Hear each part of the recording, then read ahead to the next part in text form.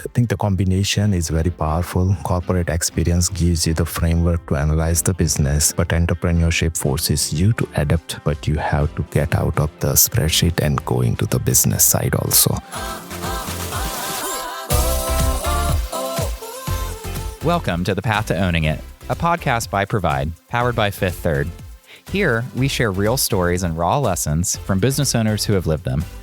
Join us as we spotlight one entrepreneur's journey at a time, from the first spark of an idea to the pivots, challenges, and wins that shape their path. Because entrepreneurship isn't a straight line.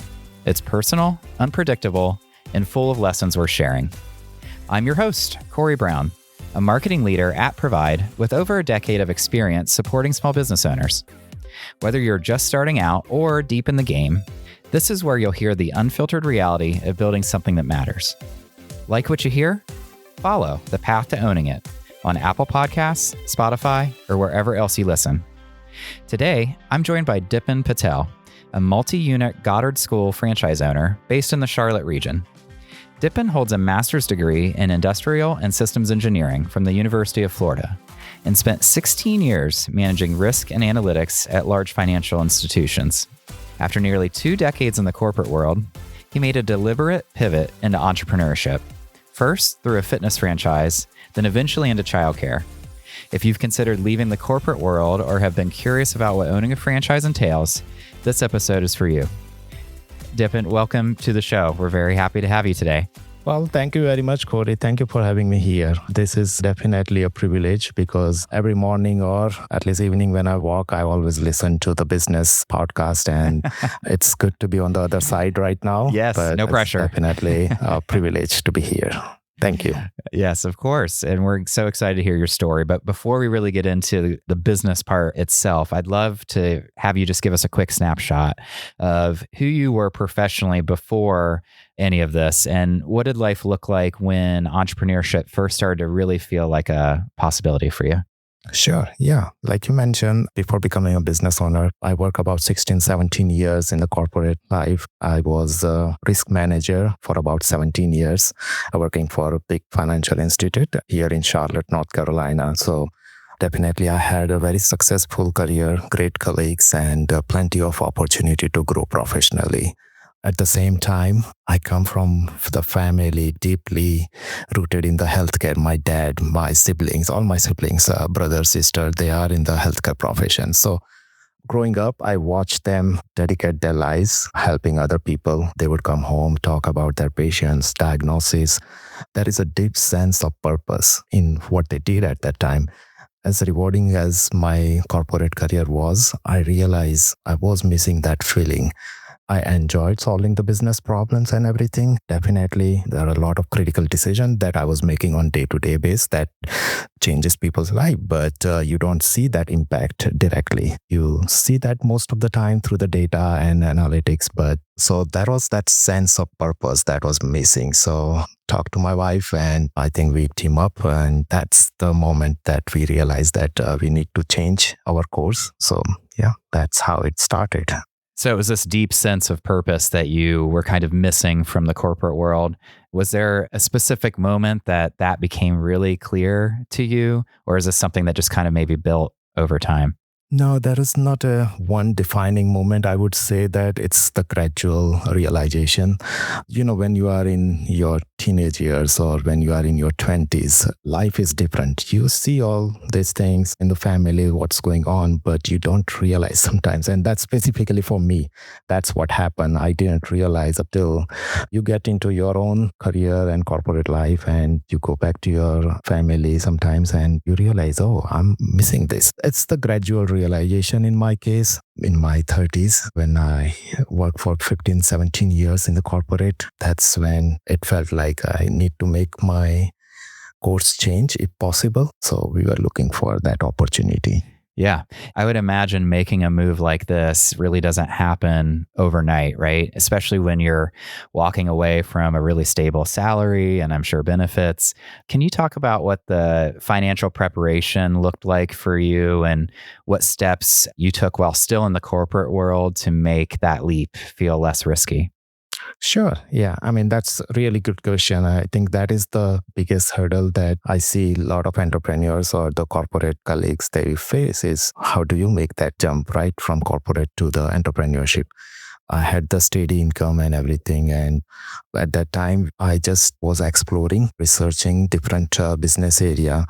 The critical thing that I did at that time is networking with the similar entrepreneur. The field that I narrowed down, I wanted to see how their business life looks like, or what are the challenges that they are facing, what do they enjoy. From the outside world, it looks everything is great. But when you talk to these people and you realize that, are you ready for that? So definitely, I did a lot of my due diligence prior to jumping into the entrepreneurs. Also, a lot of research, which field that I wanted to go. Financially, both me and my wife were working. So I think the biggest step or the biggest preparation that we did as a team, husband and wife, I continued to work for a while my wife, kudos to her. She jumped into the entrepreneurship first. So we work as a husband and wife team. So that's the gradual step that we took and prepared ourselves to go full time. Yeah. And when you started your exploring ownership, you chose franchising over starting something from scratch. For someone who maybe doesn't know much about that world, how would you explain why the franchise model was the most appealing path for you two? Sure. I think I view franchising as a way to reduce the risk. I spent 17 years managing the risk. So I think that is ingrained in my brain, right? How do I reduce the risk? And franchising to me is a way to go about because they have that process and system built in, right? That is, if you go with a good proven franchise model, then there is a lot of iteration that happen, meaning that there are a lot of hundreds of franchise business. They went through the same process, they went through the same system, and the success rate is higher. So to me, that is the most critical factor for me to reduce my risk is how good that franchise is. And if it is a proven system, then I don't have to reinvent the wheels. I don't have to learn all the things that makes me successful in that field. So to me, franchising, coming from the engineering background, working in the financial industry for 17 years, how do I make my way into the entrepreneurship, which is completely different field. So franchising is the way to go with the proven system and processes. Do you think that what you have learned in almost 2 decades in corporate around reducing risk and analytics, do you think that helped or hurt you moving into the franchise world? Can you talk about that a little bit? Sure. Now, I think that helped me a lot. Anybody who wants to go into the entrepreneurship or franchising, having that experience in the corporate world helps you because what I observe is we follow the system, right? We follow the standards, the processes and everything. Even though I work in a small business, but if you are disciplined and follow the system and standard and processes that is defined by the franchise, that's the way to go. So that discipline, that passion comes from working in the corporate world. I would say that it helped me a lot. Especially data analytics was my bread and butter for 17 years. Right. So I think I let the data tell me the story and then do my work. So yeah, we're going to get into that a little bit more too in the second half. But your first franchise, I want to talk about that a little bit, was a Anytime Fitness location in 2017. Can you talk about what that experience was like and what did it teach you about running a business that you couldn't have learned any other way? Owning Anytime Fitness was incredible experience. I think it taught me huge difference that understanding the business concept in theory and actually operating the business, because that business we opened from ground up, meaning that there was nothing in place. We built the fitness center and then we ran it for a few years. Definitely, it taught me a lot of employee management skill set, customer service, marketing, sales that I never thought about working in the corporate completely on the data side. So I do feel like Anytime Fitness was my stepping stone that taught me the entrepreneurship lessons that was very critical. Yeah. Were you still working in the corporate world when you opened this, or had you quit by then? Yes, I was still working when my wife, Alpa, she actually took over that responsibility. And like I said, husband and wife, we just team up. I'm a data geek. So business side, finance side. I was managing that side part-time, and my wife was full-time in the business, managing the business operation. She even went one step ahead, and she coming from the healthcare background, she just learned the fitness and get certified and everything so that she can have that business acumen also running that business day-to-day operations. So that helped us as a team a lot. We divide and conquer, and to this date also we work as a team. But yes, she was the main owner operator for Anytime Fitness, and I was in the background. Yeah, I think that's great. And kudos to you and your wife. I mean, it seems like you were really on the same page and trajectory with what you were trying to accomplish. And not everybody is lucky to have that. So I think that's great. Now, you eventually moved away from the fitness world and into childcare, which is where you are now. What did you take from that first chapter at Anytime Fitness that directly prepared you for what was to come next? So yes, owning Anytime Fitness taught me how to operate and grow the business. And it was really good experience. What I learned from Anytime Fitness is having that confidence, just building from scratch and just growing from that point on and growing that business. I took that business confidence and take that confidence to the next level. I never view sales and marketing in the business world the same way.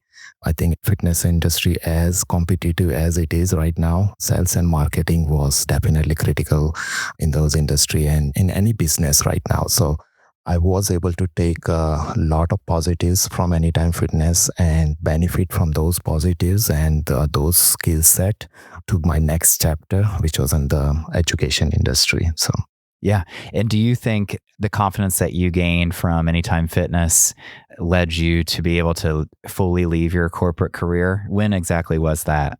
yes, that was back in 2021, and that was the time that the opportunity came for the childcare business, but that led me to leave the corporate world and jump into childcare. Yeah. So up until this point, we've talked about Dipen's corporate background, what pulled him toward entrepreneurship, why he chose the franchise path, and what his first venture into franchising taught him.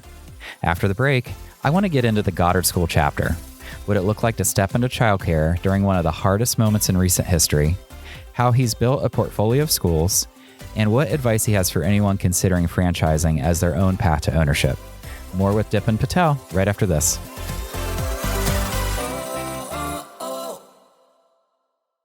Are you fresh out of school with big dreams and ambition to achieve them? Or is your current business bursting at the seams and it's time to expand your legacy? If you tend to challenge the status quo and shoot for the moon, Provide's SBA loan may be for you. Our dedicated team of small business experts will work with you to make your ownership dreams, no matter how big, a reality. To get started, visit getprovide.com to see how our tech-enabled small business financing and banking can work for you. Again, that's getprovide.com for when your aspirations of business ownership exceed traditional limits.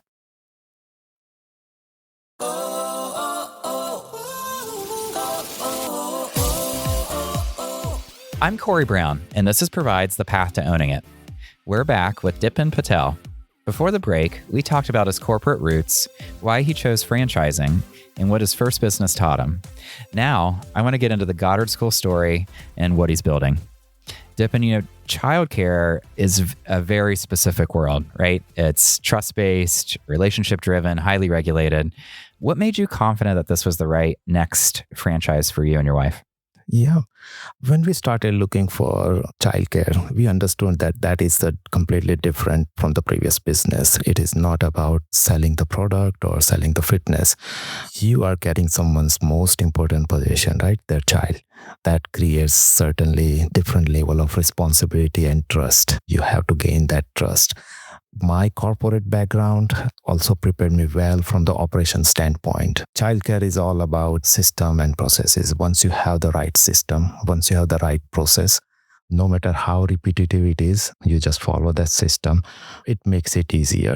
And I think having that fitness industry background also, which is a relationship clientele, definitely helped me a lot because you are working with the parents, you are working with the family, you are gaining that trust.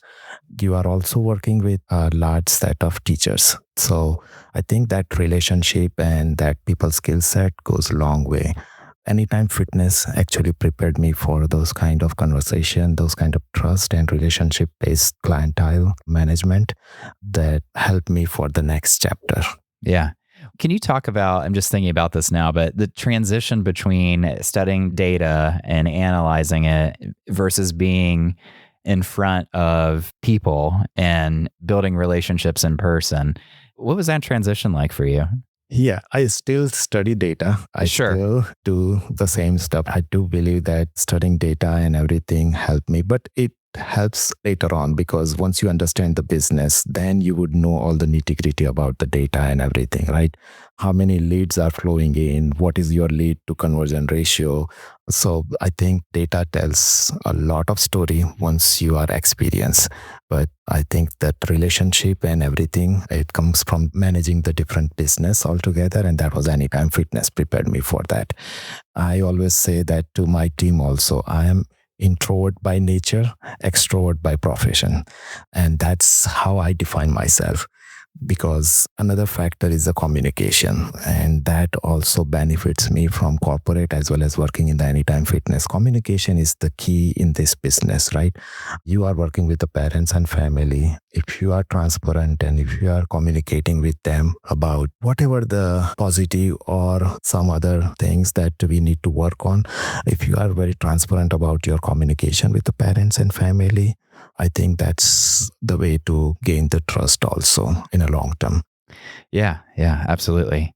Can you talk about why you chose Goddard Schools specifically as opposed to other options that might have been available to you? Yeah, Goddard stood out because it combines the strong education philosophy, proven franchise model, and then the emphasis on the health and safety also. I talked to almost all the premier franchise in this childcare industry. I went to their corporate centers and I talked to their CEOs and learned more about their philosophy and everything. Goddard really stood out in terms of the process and system that they have, the curriculum aspect that they have, and they are one of the premier franchise in the childcare industry. So there was a no-brainer for me to go with Goddard. It was just matter of time when I would get the right opportunity, but definitely strong curriculum, operation and health emphasis system in place to support the franchisee was some of the factors that I considered when I joined Goddard. Yeah. And it must have been quite an opportunity, that first one, right? Because you acquired your first school in 2021, which I can imagine was not an easy time for any industry, let alone childcare. What were you seeing that maybe others weren't? And were you nervous? How'd you think about risk then?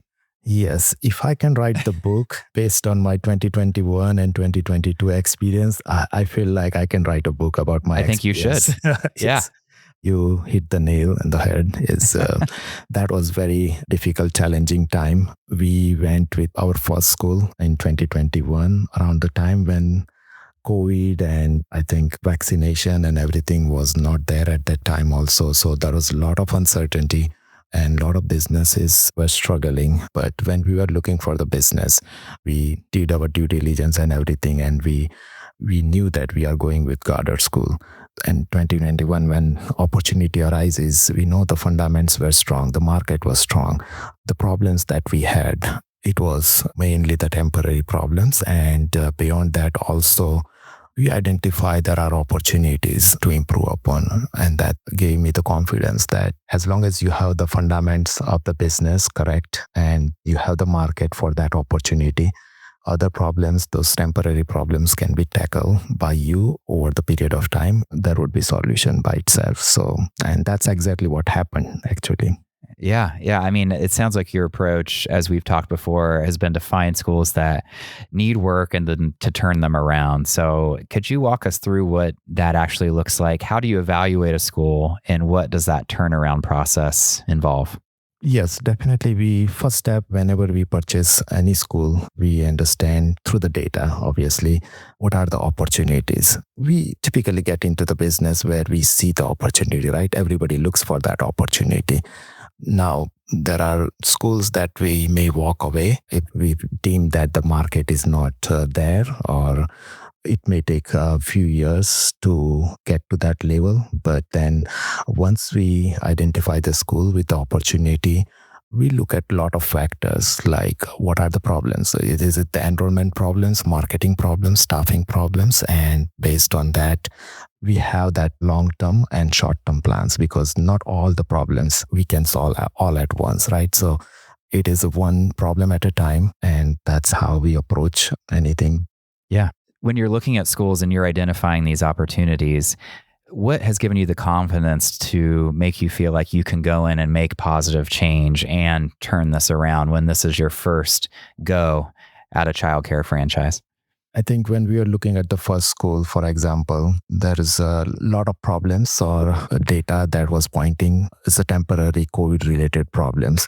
In the long term also, we saw some opportunity like a population growth in that area, in that market, that we feel like in a short term, probably because of COVID and other things, we might be struggling. But if we orientate ourselves really well in this next couple of years, we will create some more opportunity also for these schools. And that's exactly what happened. And also there are other areas that we identify as a marketing. For example, having that fitness background, sales and marketing background help us a lot. We saw there was a lot of missed opportunity. A lot of time what happens is you have the right product, you have the right service, but if you don't have that sales and marketing team in place who can highlight those services and product, you might be struggling. So through the data, I was able to see there are demographics that supports the school. There is a lot of leads, young families in the area. It is just we have to position ourselves. We have to invest in ourselves also. In terms of school, that school was 12, 13 years old. So we have to rebrand ourselves. We have to reinvest a lot of things, create a new opportunity for the school also. So I think a lot of those things comes with the data as well as experience, but definitely having first school as you go, you learn and then you develop also. So. Sure. I think it's great what you guys are doing. I mean, most people think of franchise ownership as buying one location and running it. I think it's interesting. You've bought, turned around and sold schools and you're not stopping there. So at what point did you and your wife decide you were interested in multi-unit ownership as opposed to one successful location? Yes, I think having one school, turning around that school in 2 to 3 years made us really confident about our system, our processes. And then we realized that having that system and processes in place and those processes works for one school, definitely it's easy to replicate the same and it should work for the other school also and it worked for the other school also. But I think the biggest thing is you find your area of expertise in this process also. So I do feel like we took over the school, we worked with the team, we developed the leaders, and that entire process makes us more confident in our approach. And that's why we wanted to just grow more schools in the same area. Yeah, absolutely. And I guess I'm curious, there's a lot that goes into opening these, right? I mean, you have support from the franchise itself, but Dipen, what has been the hardest part of operating in this space that someone coming from the outside would never anticipate? The biggest surprise probably for the people is they don't realize how people intensive these businesses are. You could have the best curriculum, you could have the best facility, but ultimately it's the people who deliver and execute those experience, right? So I think staffing is probably number one challenge in childcare. Finding the right people, developing them and retaining them also. Creating that culture within our teacher community. It is toughest part of my job. We don't try to create our own culture, but we merge with the existing culture. And I think that strategy worked for us because ultimately you want to go from point A to B. You can take multiple ways to go there. You can take the highway, you can take the toll roads, or you can take the local roads, right? As long as you know that you want to deliver that quality service, you have the right people. Approach might be different, but you just have to have the patience and work with them. It's the relationship management part. It is the challenging part if somebody's looking from outside and getting into this business. Yeah. And it is most underestimated skill set. Yeah, I can imagine.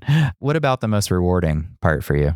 Most rewarding part would be the positive impact that you are making in day-to-day life. And I always say during the graduation ceremony every year that we do for our kindergarten students is, I think, the most memorable day for the entire year for me. We feel like so much fulfillment of our job on that day, because you have seen the kids from the day when they start at 6 weeks old or 8 weeks old, they may have started, and then in front of your eyes, they grown and they graduate. So, and it is personal also. I have 2 boys. They are now 14 and 18. And as most of these families are, we use childcare for their upbringing also. We were never there.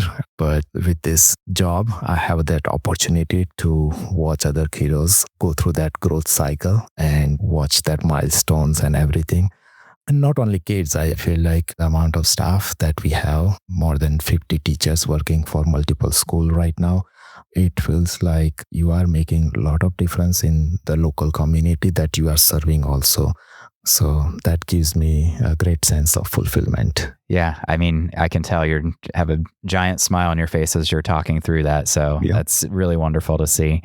You know, I'm curious, for someone listening who is interested in multi-unit franchise ownership, what do they need to understand about how you've been able to grow at this pace? I think the biggest thing would be you have to stop thinking about one school, one business, and start thinking, if your goal is develop multiple business, then start thinking, how do you grow in that space? So, and that's the lesson that we learn also.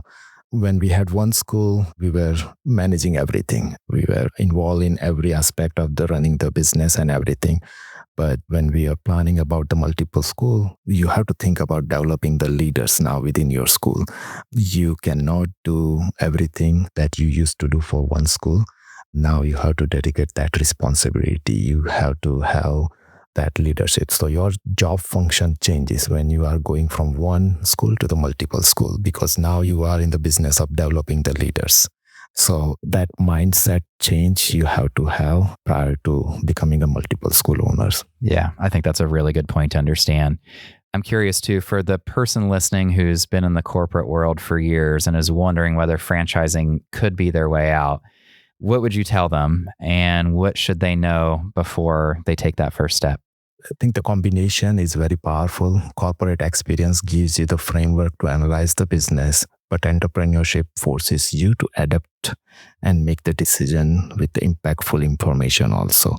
So someone considering the franchisee, I absolutely think the corporate background can be advantage, but you have to be willing to get out of the spreadsheet and go into the business side also. You have to do your due diligence first. You have to know which field you are going. And I think other most important and the critical factor I would advise is the family.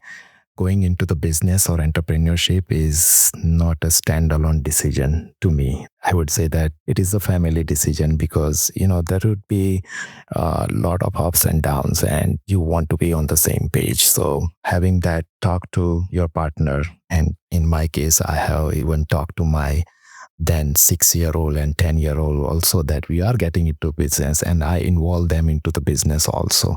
I think that creates everybody's on the same page. You create that positive energy around you also, and that helps me also get into that transition smoothly. It's amazing. Dipen, thank you so much for being here, sharing what it really looks like to trade a stable corporate career for something more meaningful, and to do it with intention, patience, and a very clear sense of the impact you want to make. So we really appreciate your time. Thank you very much. Thank you, Corey, for having me here.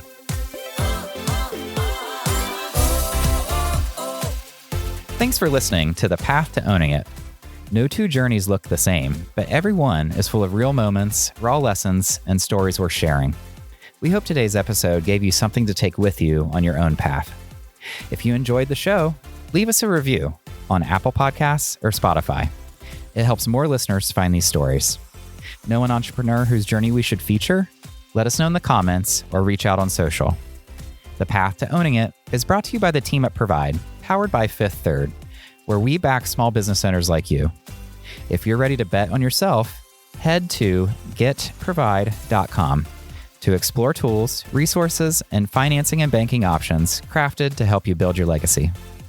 This show is produced by PodCamp Media, branded podcast production for businesses. That's podcampmedia.com. Producer Dusty Weiss, editor Matt Covarrubias. For Provide, I'm Corey Brown. And to every small business owner out there, your story matters. Keep writing it.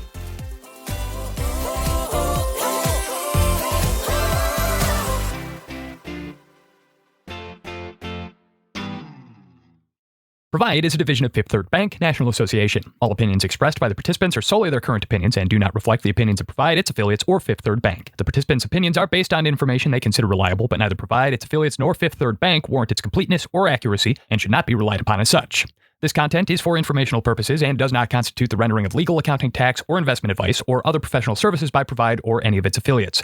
Please consult with appropriate professionals related to your individual circumstances. All lending is subject to review and approval.